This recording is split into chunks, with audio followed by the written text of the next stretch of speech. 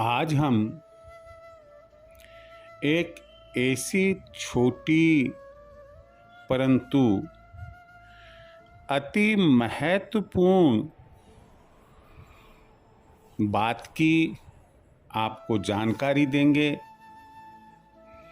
जिसे हम सरलता से अपनाकर अपने जीवन में ज्योतिषीय और वास्तु से संबंधित परेशानियों को दूर करके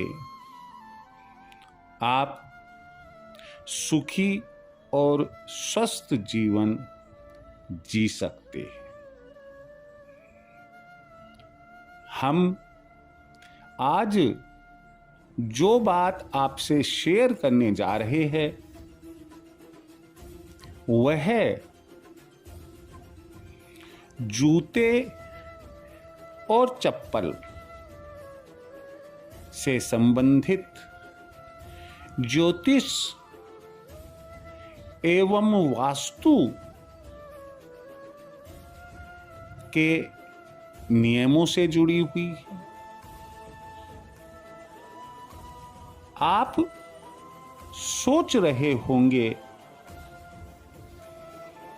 कि न केवल इंडिया में बल्कि ऑलमोस्ट सभी कंट्रीज में जूते चप्पल तो मैं समझता हूं कि ह्यूमन बीइंग पहनता ही है, मनुष्य पहनता ही है, चाहे वो स्त्री हो या पुरुष हो, चाहे बच्चे हो। तो ऐसी दशा में इसके अच्छे बुरे ज्योतिषीय और वास्तु प्रभाव क्या होते हैं, ये अगर हम समझ ले, जान ले, तो शायद हो सकता है कि जाने अनजाने हमसे कोई गलती हो रही हो, उसमें सुधार हो जाए। तो हम अधिक विलंब ना करके अपने बिंदु पर आते हैं। आपको इसके पहले यही एक बात कहना चाहूंगा कि सब्सक्राइब करें चैनल को, वीडियो पूरा देखें और अपने कमेंट्स यदि कोई हो तो अवश्य लिखें। हमें जूते चप्पलों के संबंध में ज्योतिषीय और वास्तु के जो नियम हैं उनका पालन कैसे करना चाहिए, इन पर हम थोड़ा सा विचार कर लेते हैं। पहला, घर में जूते रखने का स्थान दक्षिण दिशा या पश्चिम दिशा में होना चाहिए। दूसरा, जूते रखने का स्थान कभी भी आप उत्तर दिशा में, पूरब दिशा में और ईशान कोण में कदापि ना रखें, अन्यथा बर्बादी निश्चित है। घर में प्रवेश करने के बाद लेफ्ट हैंड साइड में कोशिश करें कि जूते रखने का स्थान बनाएं।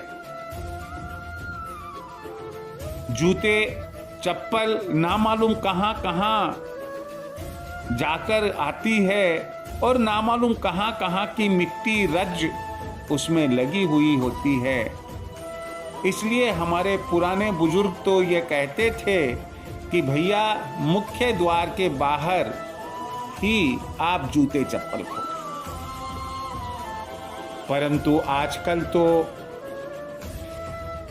घर सिमटकर छोटे छोटे फ्लैट्स में बंट गए हैं, तो भी कोशिश ये करें कि जितनी दूर हो सके हम मुख्य द्वार से दूर बाहर की तरफ ही रखने की कोशिश करें। और यदि फिर भी मुख्य द्वार के भीतर लाए तो प्रवेश कर मुख्य द्वार में प्रवेश के बाद 2-2.5 फुट जगह छोड़ने के बाद आप लेफ्ट हैंड साइड में अपने जूते चप्पल रखने का स्थान बना सकते हैं। घर में अगला महत्वपूर्ण है, ये बहुत अति महत्वपूर्ण है। घर में बहुत से ऐसे स्थान होते हैं जहां हम ये कहते हैं कि अमुक अमुक देवी देवताओं का वास है, जैसे रसोई है, अग्नि देवता है, रसोई में अन्नपूर्णा माता का वास होता है, पूजा कक्ष में है, वहाँ हमारे ठाकुर जी निवास करते हैं, तिजोरी है, वहाँ हमारी माँ लक्ष्मी वास करती है, भंडार गृह है, ब्रह्म स्थान है जहाँ हवन पूजा होती है। ये ऐसी पवित्र और उत्तम व महत्वपूर्ण स्थान है जहाँ हमें जूते चप्पल कदापि नहीं ले जाना चाहिए। घर के बाहर भी बहुत से ऐसे धार्मिक और आध्यात्मिक स्थान होते हैं जहां हमें जूते चप्पल लेकर नहीं जाना चाहिए, जैसे मंदिर, मस्जिद आदि धार्मिक स्थानों पर जो मुख्य मंदिर का स्थान होता है उसके बाहर ही, उसके नीचे ही हमें जूते चप्पल छोड़ने चाहिए। अगला नियम है कि जहां तक हो सके फटे हुए जूते चप्पल कभी ना धारण करें। कई बार पाया जाता है कि नीचे के तलवे के अंदर छोटा सा छेद निकल गया, लेकिन हम उसको चला रहे हैं। नहीं, ऐसी बात नहीं होनी चाहिए। पुराने और खराब जो जूते चप्पल हो, देखिए ये बात कितनी महत्वपूर्ण है, कितना अच्छी बात बताने जा रहा हूँ, ध्यान से सुनिए। घर में जो पुराने, चाहे वे फटे हुए हो, चाहे वे छोटे हो गए हो और आप कई दिनों से उसे काम में नहीं ले रहे हो, आपको उन्हें फेंकना है, आपको उन्हें किसी को देना है। तो आप ध्यान रखें, फटे पुराने और पुराने जो जूते होते हैं, उन जूतों को, उन चप्पलों को आप मंगलवार या शनिवार या अमावस्या या ग्रहण के दिन ही फेंके, या किसी डाकोत को यदि देना है तो यहाँ ध्यान रखें, अगर आपको किसी विद्वान पंडित जी ने कहा है कि आप पर शनि की ढैया है, साढ़े साती है, या शनि आपके खराब अभी चल रहे हैं और आपको जूते दान करने चाहिए, तो चमड़े के काले कलर के जूते या चप्पल शनिवार को डाकोत, जो अपने शनि महाराज का एक बर्तन लेकर आता है, उस व्यक्ति को डाकोत कहते हैं, उस व्यक्ति को आप अपने चप्पल, अपने जूते जो चमड़े के हो, काले रंग के हो, उन्हें दान करें। लेकिन कब? शनिवार को दान करें।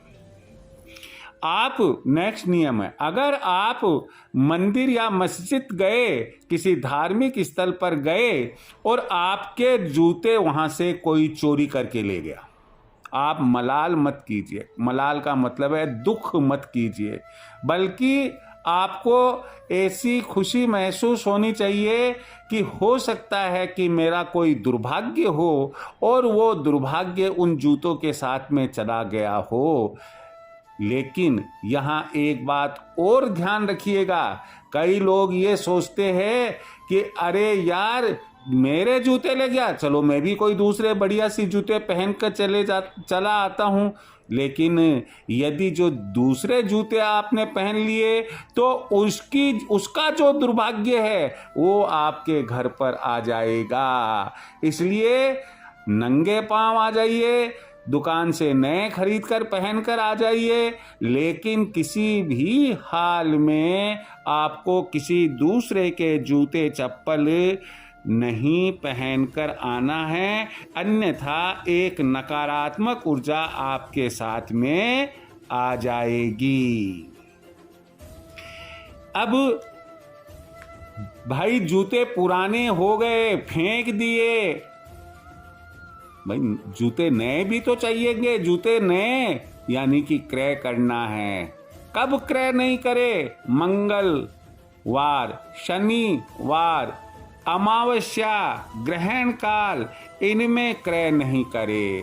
बाकी जो भी दिन अच्छा लगे आपको क्रय करे। परंतु यहां एक बात ध्यान रखें, कोशिश करे कि जूते शाम के वक्त ही, इवनिंग आवर्स में ही आप क्रय करें। यह समय जूते का क्रय करने का सर्वश्रेष्ठ माना जाता है।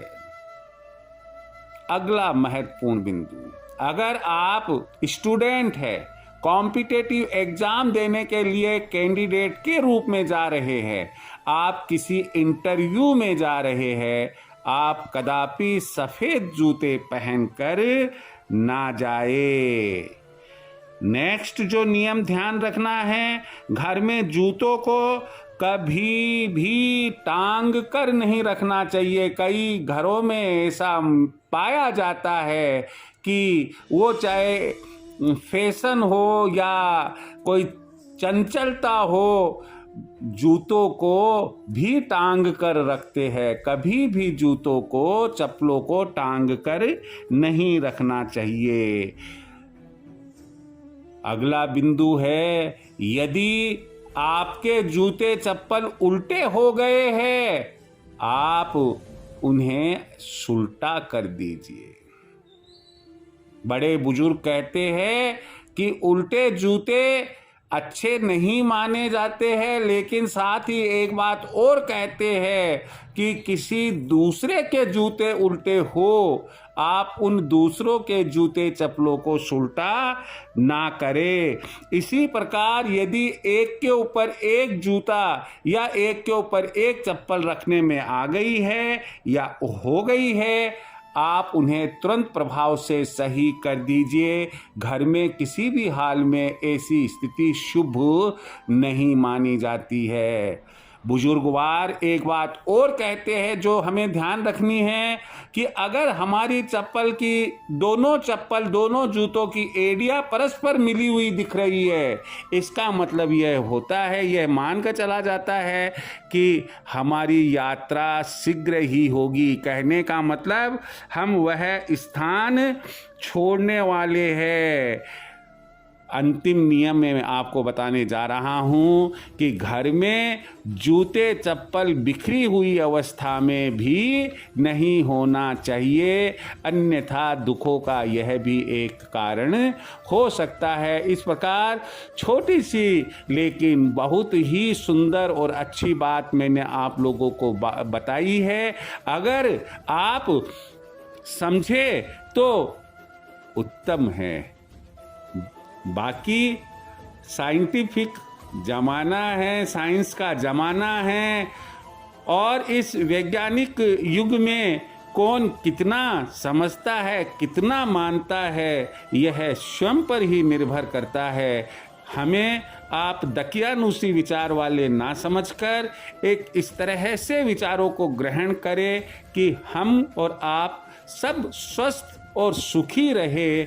इसीलिए हम आपको बता रहे हैं, आप हमारी बातों को सुन रहे हैं, आप इन्हें अमल में भी लाएंगे, ऐसा विश्वास है। जय श्री कृष्ण।